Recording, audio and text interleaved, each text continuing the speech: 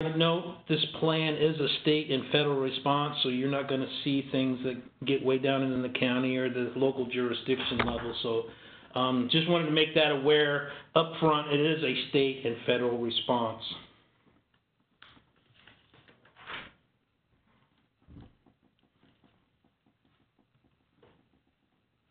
I'm trying to get the slide to change here. Here we go. Folks, this is the agenda that I'm going to follow along today. I'll start off with the plan purpose, get into plan development, share some scenario with you so you kind of get a background of the threat and hazards that are going to be involved in this catastrophic event. And then I'm going to come back with some operations, shaping operations to let you know how the state and federal will respond to this catastrophic event, and then present some way forward concepts, specifically some training and exercise.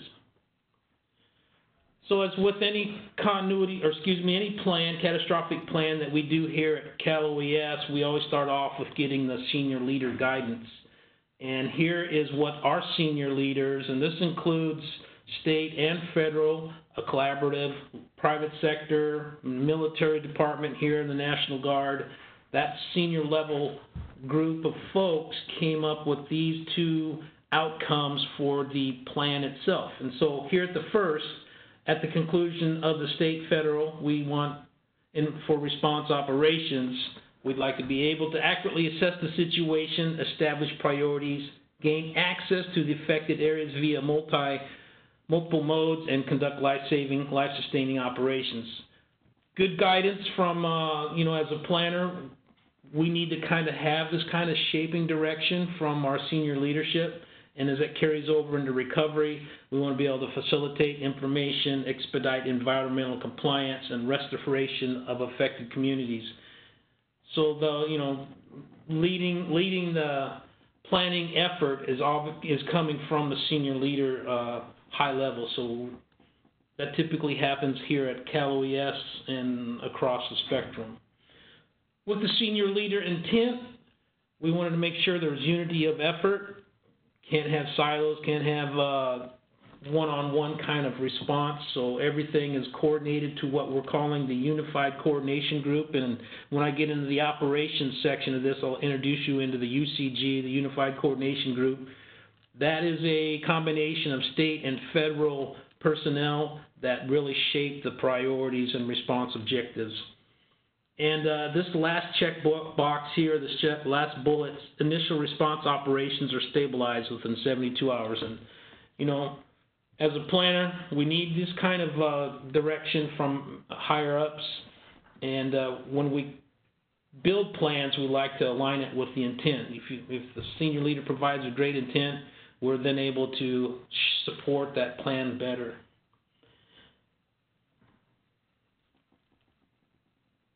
Regarding the plan itself, so after we got the senior leader guidance, we used this document here, which is the Developing Maintaining Emergency Operations Plan, also known as CPG 101, Comprehensive Preparedness Guide 101.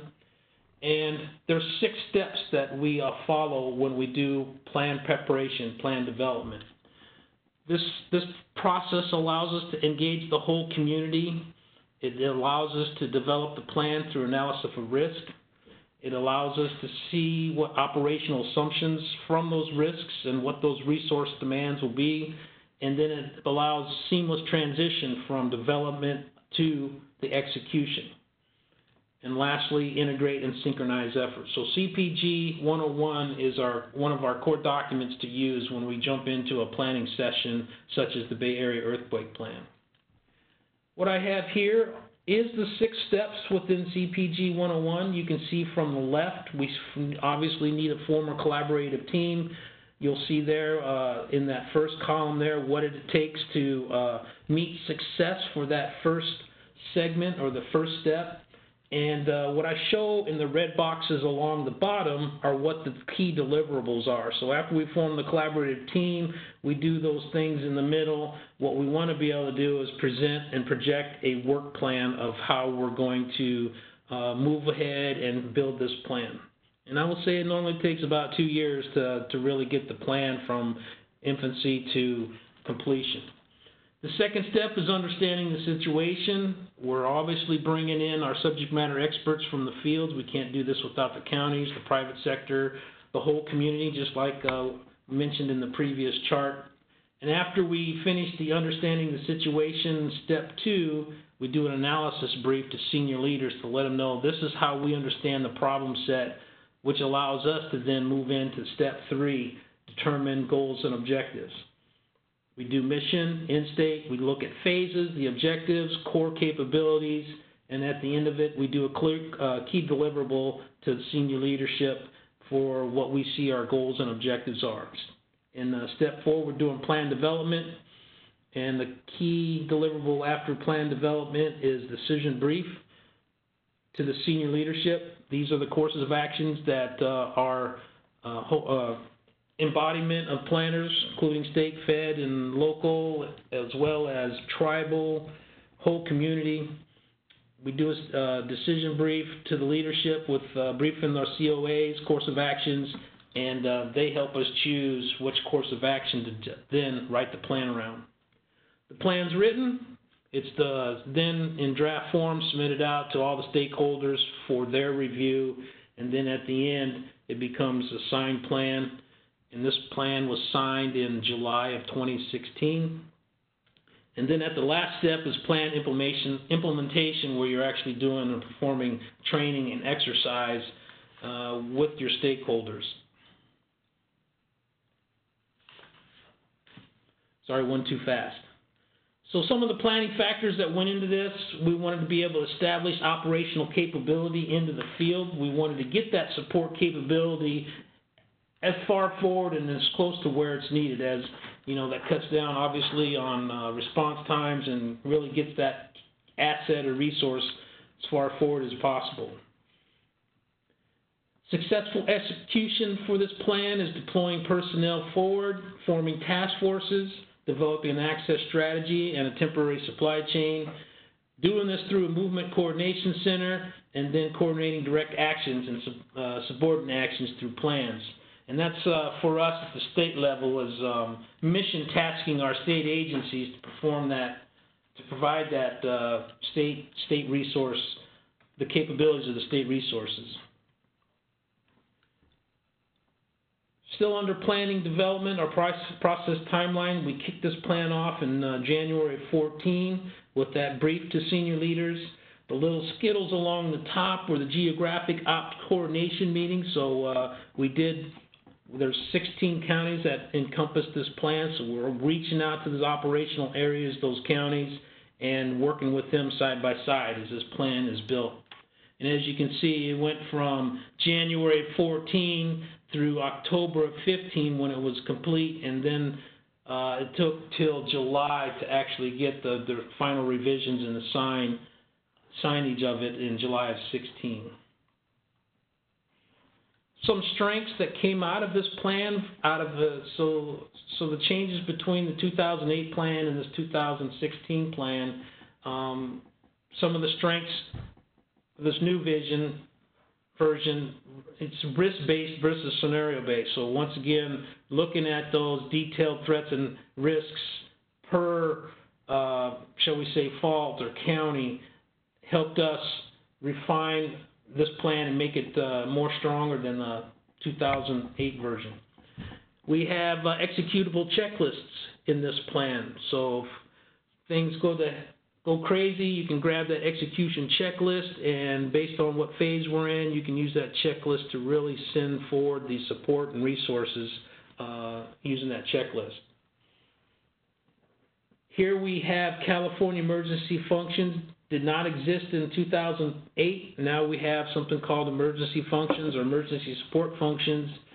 There are 16 of them, and they're all held led by state agencies, and they're supported by various other state agencies, and we didn't have that during the 2008 plan, so that ESF has really added strength to the response and recovery to the Bay Area plan.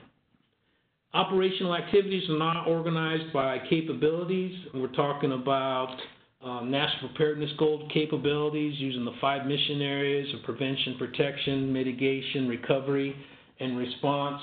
There's 32 core capabilities that support those mission areas. This plan has been written around those core capabilities, objectives, and target capabilities. Multimodal transportation. This plan now encompasses air, surface, and marine. So the term multimodal, that's what that represents, is those three avenues of approach. We've got a fuel working group, led by ESF7, and what you see there are the other agencies that support it: California Energy Commission, Department of General Services, us here at Cal OES, California National Guard are making up that fuel working group. And as a side note here, once a month we host a fuel working group here at Cal OES. It's led by ESF7 and the California Energy Commission, and we talk about all the fuel shortages and how we're going to bring fuel in through EMAC or ships maritime along the Pacific Ocean or through the Stockton Channel. This plan has a lot better integration of access and functional needs. There's been a change from the previous plan. There's differences in the phases. We've now gone from phase 2A is now 0 to 24, 2B 24 to 72, and 2C, those are the response phases up to 72 hours plus. So I'll have a demonstration of that in the operations part of this brief. And then this plan also includes long-term recovery. You know, having those folks sit down at the table and alongside at the initial onset of this planning process, having recovery there to help shape the end state of what normal looks like, or the new normal, having those folks sit there at the very beginning of this planning process so that we can help shape the response and then align the recovery to it was very beneficial and a plan strength. I'm moving now through the agenda to plan scenario. The graphic you see on the left is is a graphic that depicts the likelihood of a magnitude 6.7 or greater along the San Andreas Fault, the Calaveras Fault, and the Hayward Fault. So 6.7, there's a 14.3%, 3.6% for 7.5, above 8, less than 1%. San Andreas for 6.7 magnitude, 6.43%, 7.5 for 5.7, and above 8, a little over 2%. Now, not to confuse this at all with the two different charts, so the left side only is specific to the Hayward, San Andreas, and Calaveras. The probability chart down in the lower right, that is all fault lines, if you will, in the greater Bay Area, those percentages there. So when you get to like the third line down, 6.7, average repeat time in years, 29 years, is 72% chance of that magnitude earthquake. So that's all fault lines in the Northern California Bay Area area, not to confuse with those specific to the Hayward, the San Andreas, and Calaveras.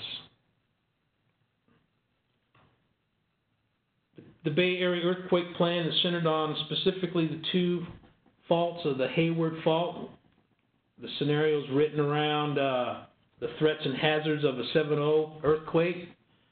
For planning considerations too, it is an awareness. It's the single most urbanized earthquake fault in the United States with 22.4 million people living on it. Thousands of homes and structures, mass transit corridors, major freeways, critical regional gas and water pipelines, electrical transmission.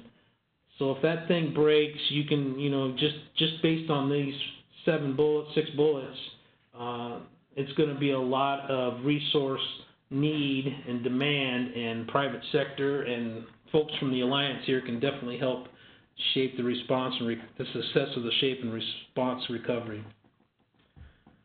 On the San Andreas Fault, they're looking for the threats and hazards that are out of a 7.8 earthquake, significant ground shaking, liquefaction, landslides, surface fault ruptures, a lot of critical infrastructure being damaged because of liquefaction and the ground shaking.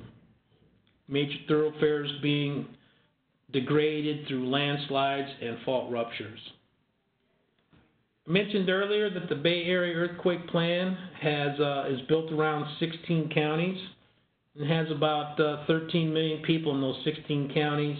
And just for refining the demographics, 675,000 children, 2.5 million individuals with disabilities and access and functional needs, 5 million pets, roughly 216,000 visitors visit the region daily, and they also have a huge daily commuting population of a little over 500,000 coming in and out of the city daily. And not to forget, we do have 17 American tribes. What I've done is depicted those locations in the counties. Those 17 tribes are in the 3 counties, one of them being Mendocino, Sonoma, and Yolo. So I just wanted to share, not to forget about our Native American brethren in the demographics. Some operational impacts now, some key areas. We're going to have damage to infrastructure, as you can imagine, because of those threats and risks of liquefaction, fault rupture zones, landslides, loss of transportation, loss of water, wastewater services, damage to petroleum infrastructure, loss of electrical power, loss of communications. There's 5 refineries in the Bay Area in this plan, and based on what we've worked with in our working groups, we know that immediately they'll probably go offline because they need to inspect the pipelines and make sure, there's going to be obviously a heavy demand when the pipeline goes down. Could be down for a couple of days. We've got electrical issues too, impacting the ability for the power, the refineries to operate.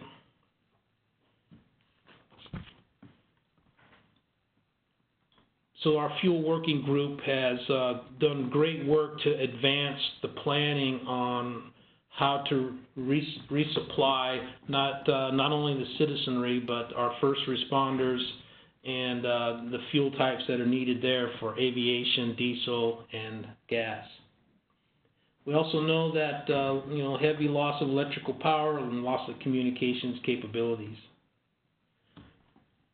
For the Hazard US modeling, here's identifying the threats and hazards, outcomes, the operational impacts. So what you see in the top chart is the Hayward 7.0 magnitude. There's a population, deaths, hospitalized, emergency department visits. Second down are buildings, number of buildings damaged completely, damaged extensively, damaged moderately with the amount of debris and economic loss. Households without water, day 1, day 3, day 7. Displaced household members, 76,501. 55, 3 needing short-term shelter.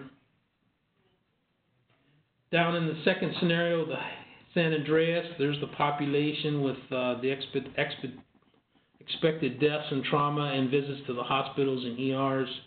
Here again, over 3,000 buildings damaged, 13,000 damaged completely, 59 extensive, 112 moderately, 60.5 billion in economic loss along the San Andreas fault. Now these numbers are run through the FEMA modeling program called HAZ-US, or FEMA Hazards US, and a lot of this planning effort was built around that, plus input from the operational areas too. Jeff, if you have a moment to go back to the last slide, we quickly had a question on that slide specifically. Do these numbers cover the entire Bay Area, or are they just subsets, a specific county or region within the Bay Area? No, this is the 16 county, based on those 2 threats, Hayward, the counties that work through that Hayward fault, those numbers specifically. Does that help? So it's not the whole Bay Area. So if it's the fault line, those that touch the fault line in that eastern bay.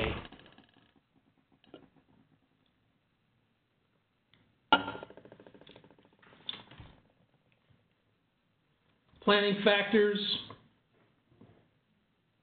I see it, Matthew. Thanks. That's a pretty cool system. Planning factors, we want response requirements. We want to be able to gain access. We want to support and conduct search and rescue, firefighting, fatality management operations, medical surge, patient and survivor movement, public and environmental health. We've done some extra modeling of, because of the fractures in the water lines, there's going to be about 1,400 more fires sparked along the Hayward Fault, just as an example, because of the inability to put the fires out because of the water damage to the infrastructure. So we are looking at those additional planning factors and putting those into our exercising models.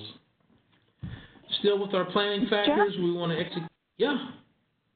There was a question that came up in regards to water and wastewater. What is Cal OES's vision for water and wastewater support services when there's a regional event? And this kind of fits in with that comment on the impact to water and fires after earthquakes and that broader perspective of that infrastructure.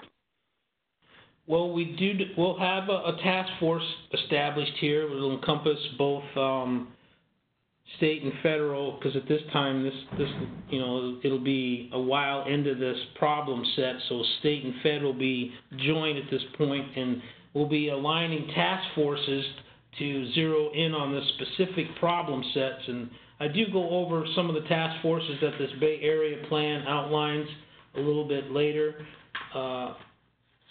But we have a watershed task force.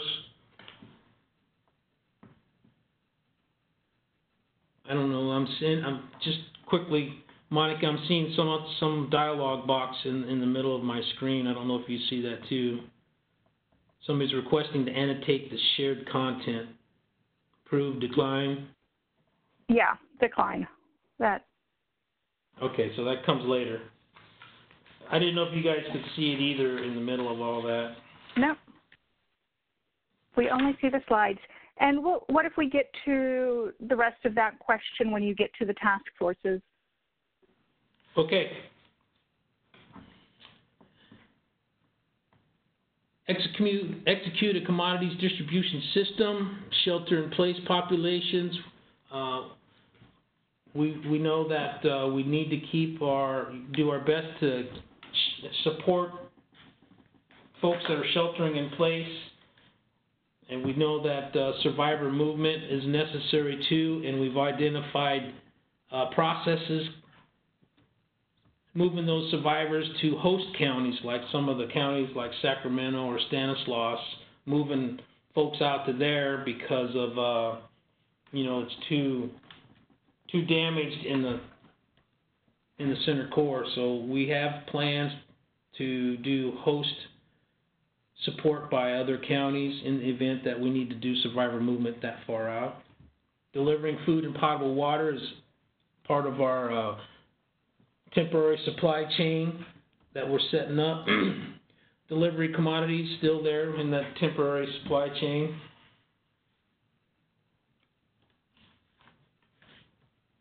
Oh, there we go.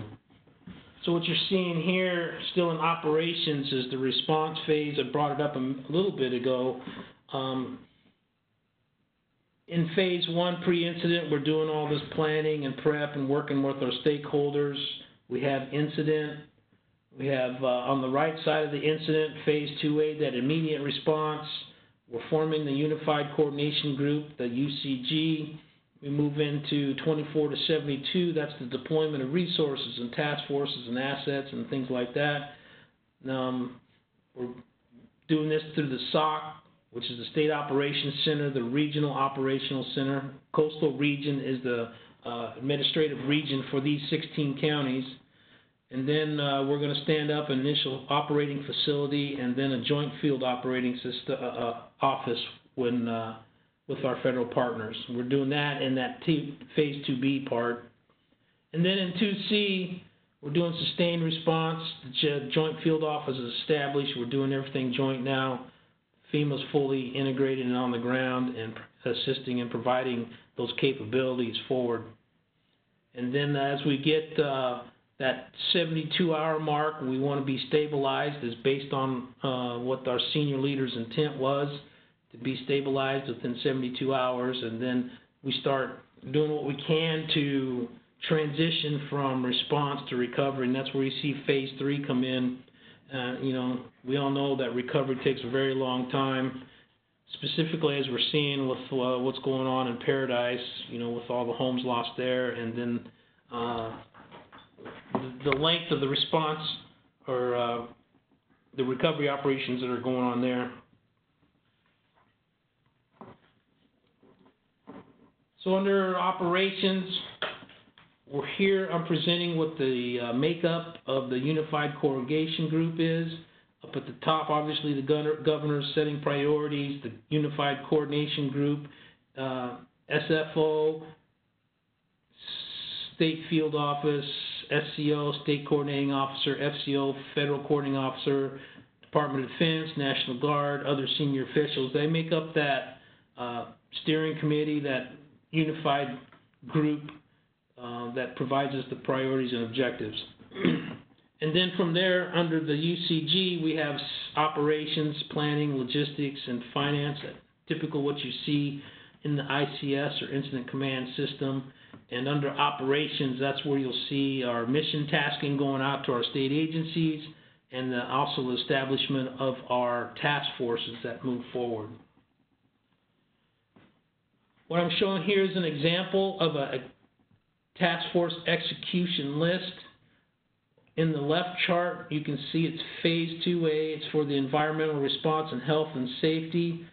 It's Appendix C2 in our plan. Phase 2A is immediate response. This is the checklist that I'm talking about, I talked about earlier. Here's some activities that are going on, and what you can see in the second column is the responsible stakeholder who's leading that activity for environmental response. Now, we've got 15 of these appendices in the Bay Area Earthquake Plan, so C1 through C15, and for this appendix is an example of that checklist. And this animation shows the actual checklists that are in the Bay Area Earthquake Plan that have very similar templating, like I just showed you with the Phase 2A, 2B, and 2C chart. So we got a fuels task force, water delivery task force, temporary power, sheltering and feeding, mass care task force, and survivor movement task force. This is a graphic representation of recovery. That first dark red bubble is the response part, and then it moves into short term, which is weeks to months, and then it gets in the long term, months and years. Just a graphic depiction of what recovery looks like. Just for maybe cross-walking the alliance with what we see as recovery functions and recovery lead agencies. This is just what's in our plan for continuity planning. We have the Business Consumer Services and Housing Agency that are made up in that function. Economic is the Governor's Office of Business. GoBiz. Health and Social Services is Cal Human Health Service Agency. Housing, Infrastructure, Natural Resources, and here's the chart on the federal. I just wanted to make this introduction because if the Alliance has an interest of reaching out to one of these departments or economic functions, recovery support functions, at least they'll have an idea of what lead agency is overseeing that.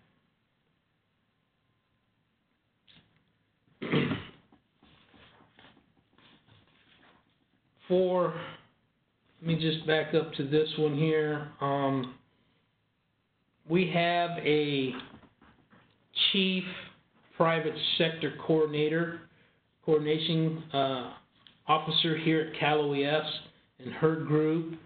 When the state activates, we set up a business operations center, and from that business operations center, private sector and NGOs, non-governmental organizations, reach out to this entity, the private sector here at OES, and they coordinate all the private sector, non-NGO support to the response and recovery. So Adri Browning is our chief in that department, and like I said, during a disaster, we activate her section, her business operations center, and she would be the conduit for state agency resources aligning with private sector NGO during this disaster. Some resiliency considerations, and this information is based on December of 2014 when this plan was, fact sheets were built and moved forward into the planning process. These numbers are more likely, a little off because of the time change, the 2014 versus 2019. The Bay Area has the highest economic productivity in the nation. You probably knew that already, with a GDP of $535 billion, 19th in the world per capita. It's highest in the nation with 74,000. 815 is the typical average for annual income. Sixth highest concentration of Fortune Global 500 companies. Fourth largest export region in the U.S. Lots of jobs in the region. Moving on to slide 2. Largest concentration of national laboratories, so a lot of research in the Bay Area. 10,000 commercial buildings will sustain major structural damage. Tourism and hospitality industry will be impacted. Losses in the hospitality industry could result in wage losses of $700 million for a 6-month period.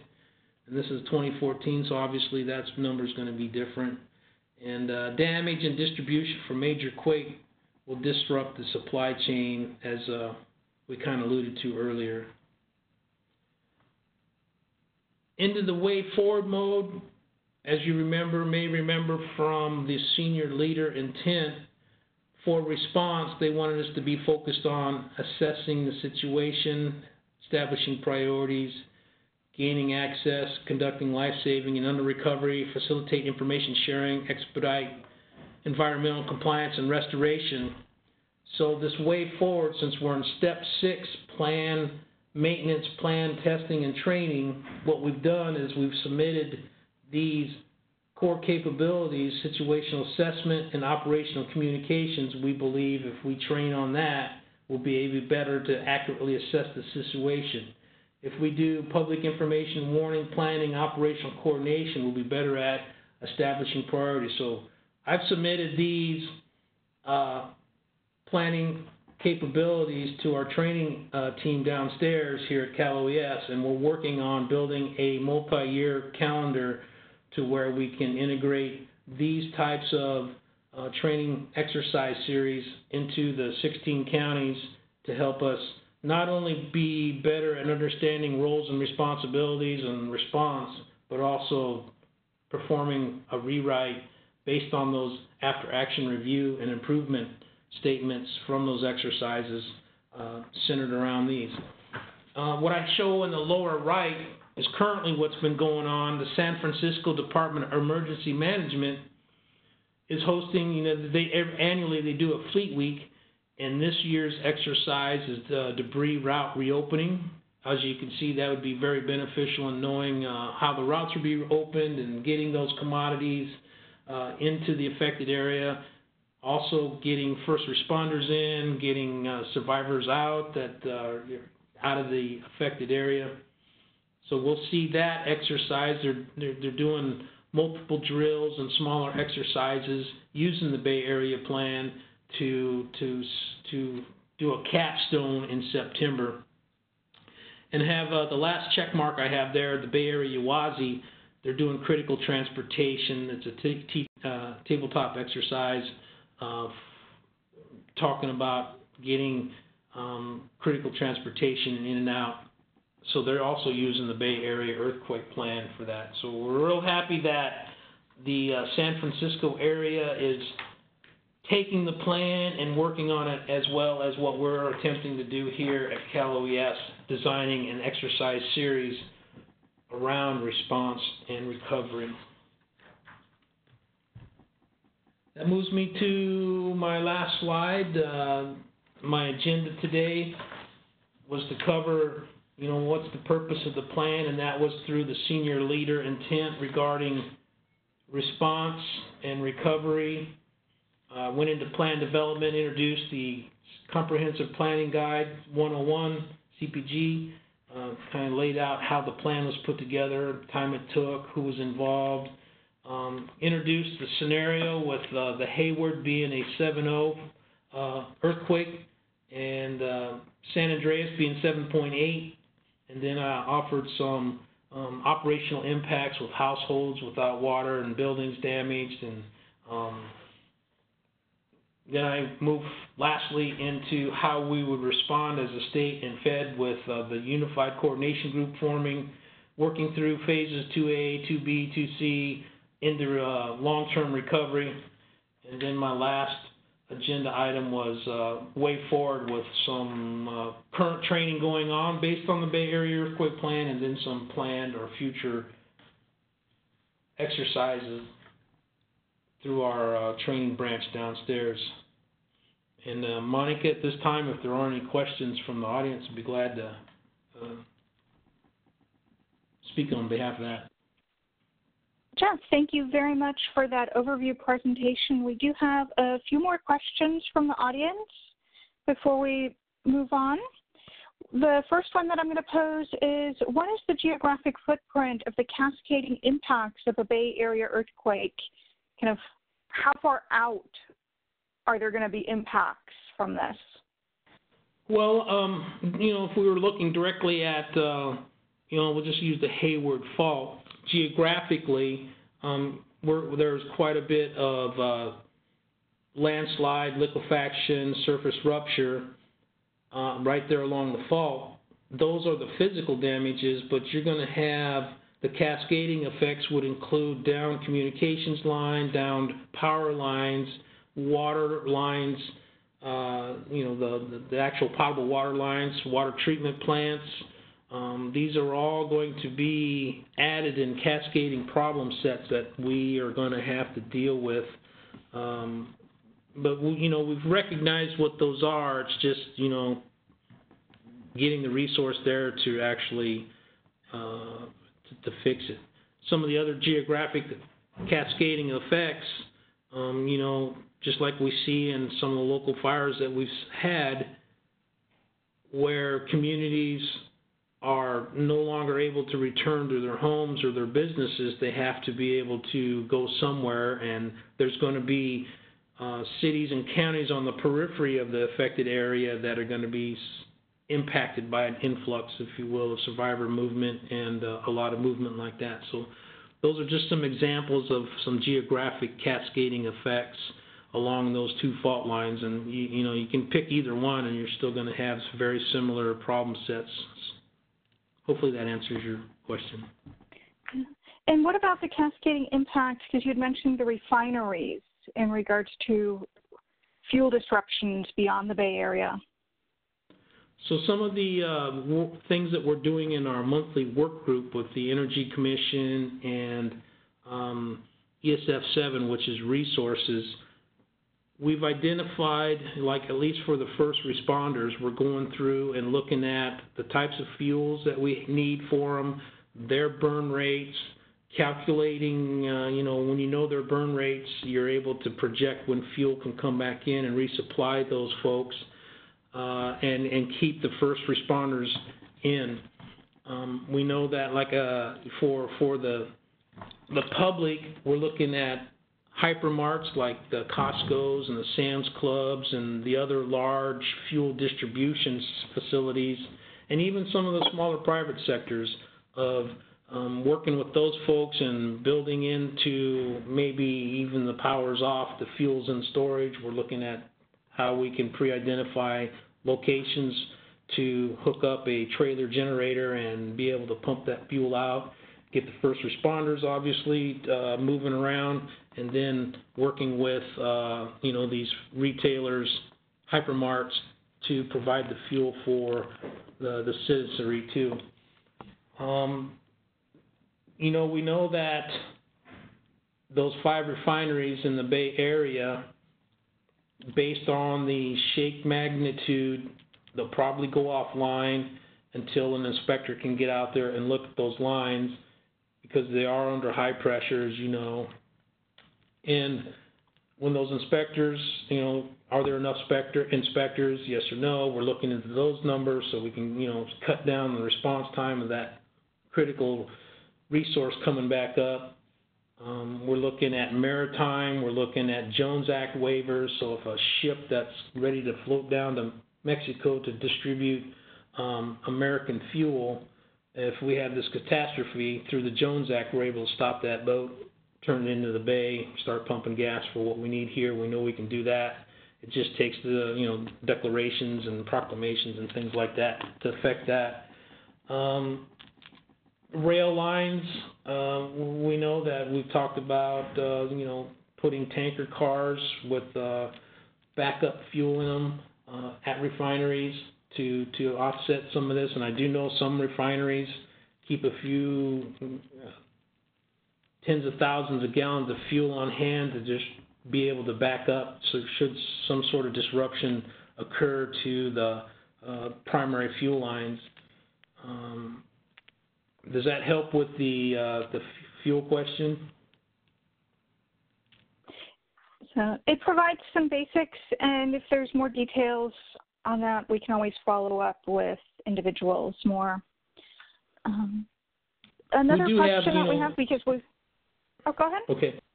No, I was just going to say, we do have a great representation at our monthly fuel meetings from both the federal and the state and private sector through Abby in her private sector group.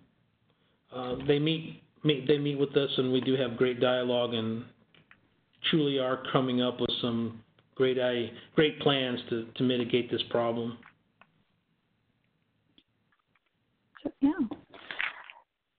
That actually leads into one of the other questions that was posed, is how does Cal OES engage with the private sector during the planning phase in the development of this plan? Well, like I had on those little Skittles, that timeline that went from January 14 through July of 16, as we reached out to those geographic areas, we always had the county there, and we had the state there, and we had the federal representation, and those meetings were offered whole community too.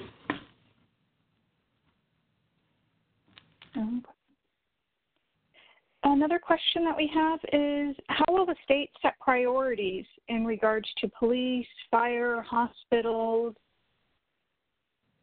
When you say priorities, you're talking fuel, or are you talking about a city needs fire, but the resource isn't available? How does that, are you asking a resource, like an agency? It was just clarified the setting of priorities in regards to fuels. So we have an executive order that the governor can enact, and it's Executive Order number 6, and it talks about directing fuel suppliers like the refineries to withhold fuel for first responders, and they call it the Fuel Set Aside Program.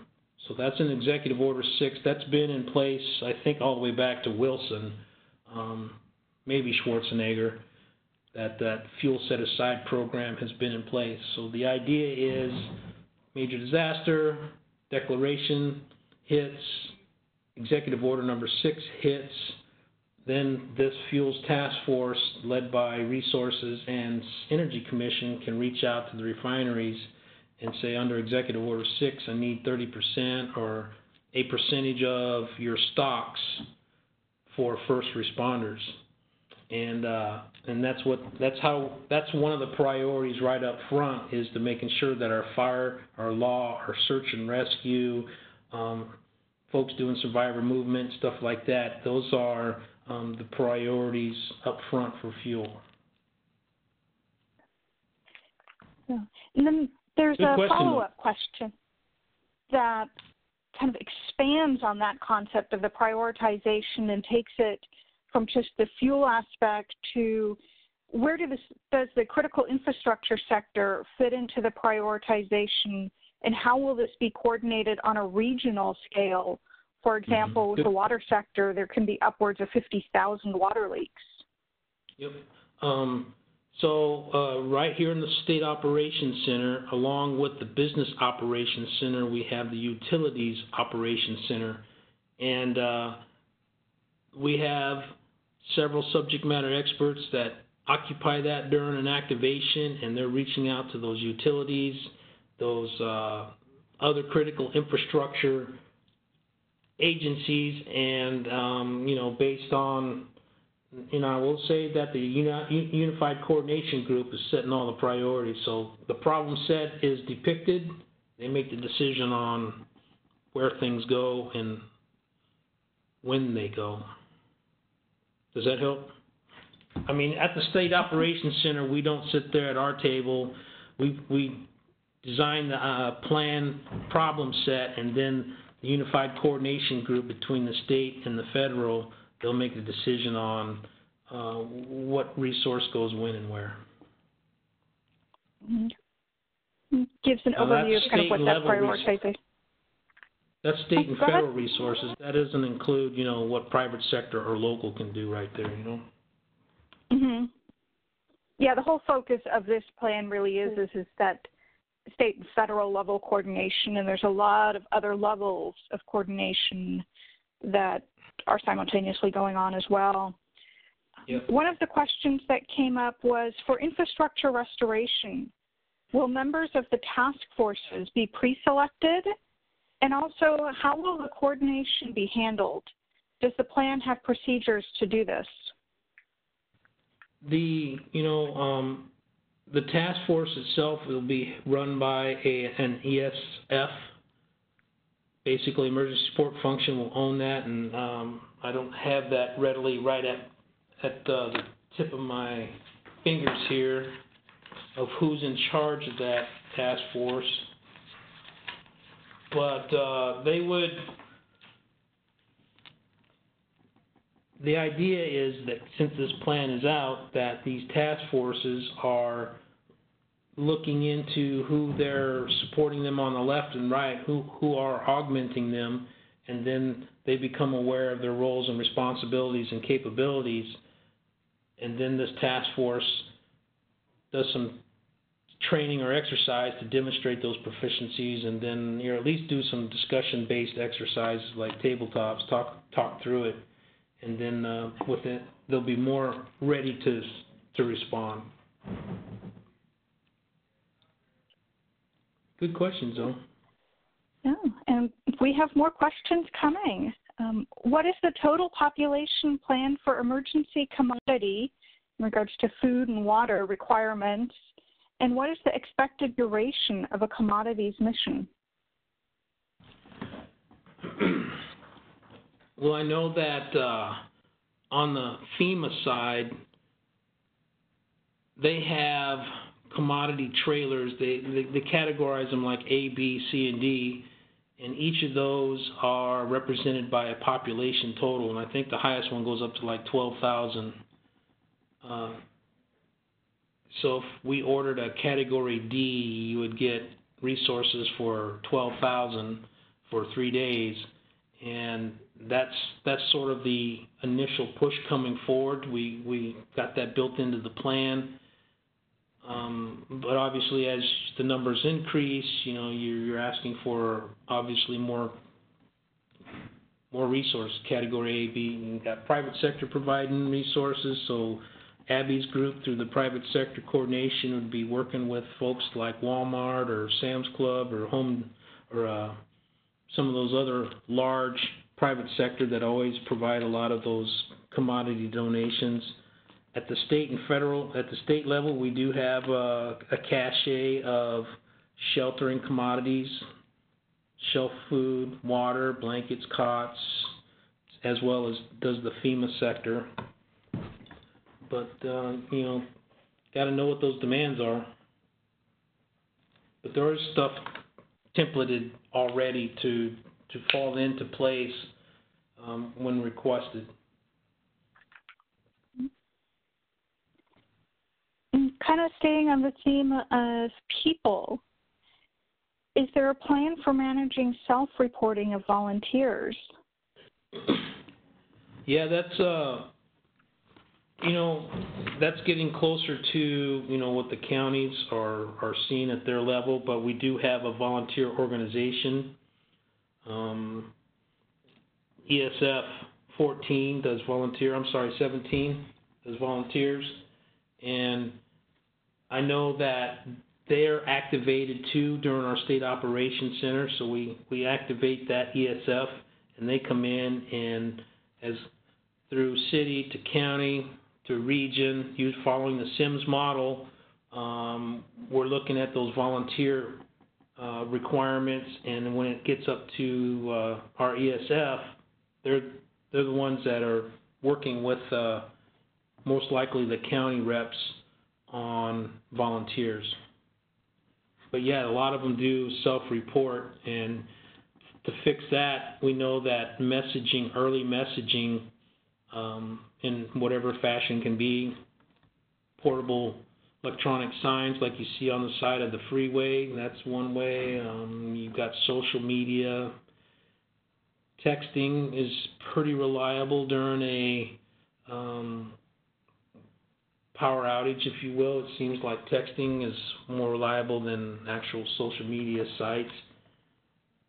And, you also have areas that are not in the impact zone that can still provide messaging too, and that could be through radio or other electronic capabilities.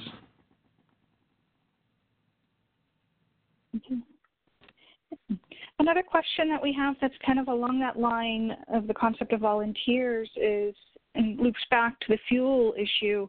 In regards to fuel, are CERT, ARES, RACES volunteer groups considered first responders? Well, what we've seen in we did a fuels exercise last year with the Bay Area, San Francisco Department of Emergency Management, and that exercise is built on bringing fuel into the Bay Area, mostly through the Stockton waterway coming in, the 580, and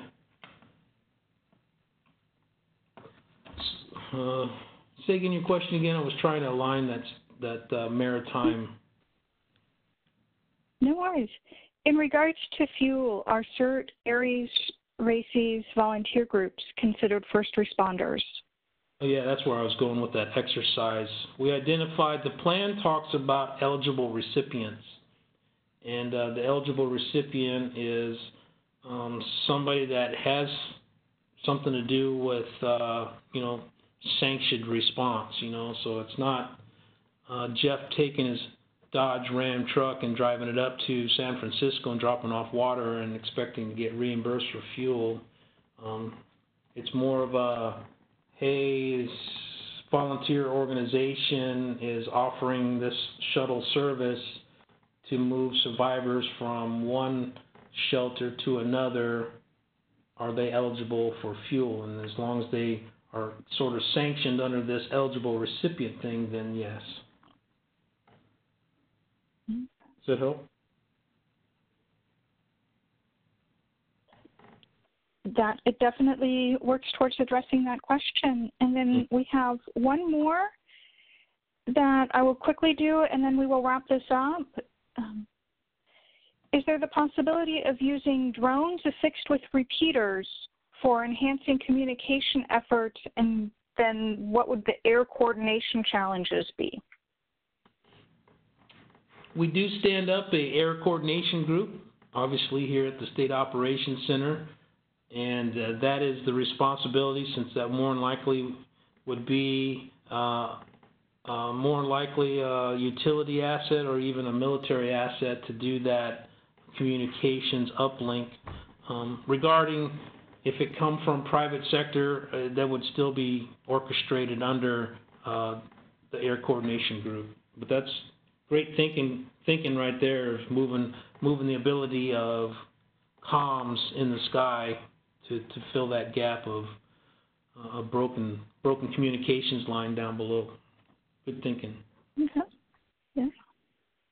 Well, Jeff, thank you so much for today's presentation and kind of the overview and insight into where the state and federal response coordination is coming from in regards to a Bay Area catastrophic earthquake on San Andreas, Hayward Fault, or one of the other many faults that we have here in the Bay Area. We will be sharing the slides with the participants, and the webinar has also been recorded, and so that recording will be posted on the CRA website within the next couple of days. In addition to the slides, I will also be including a link to the public version of the Bay Area Earthquake Plan. So for those of you who do not already have that copy, you'll now have access to that. The CRA is connected in with Abby Browning at the state level in regards to that Office of Private Sector and NGO Engagement. And we also work closely with her during response efforts in terms of information sharing with the private sector and just general coordination.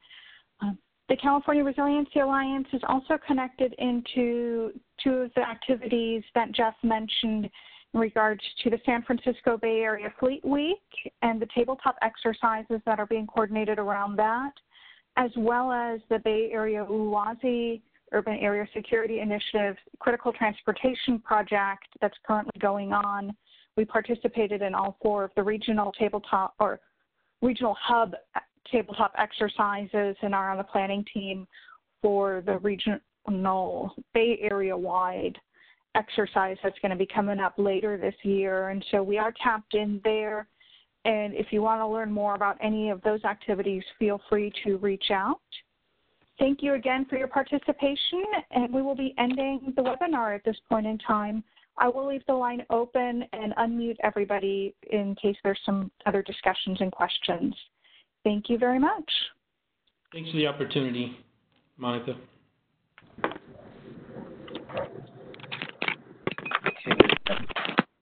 Okay, the lines are all unmuted.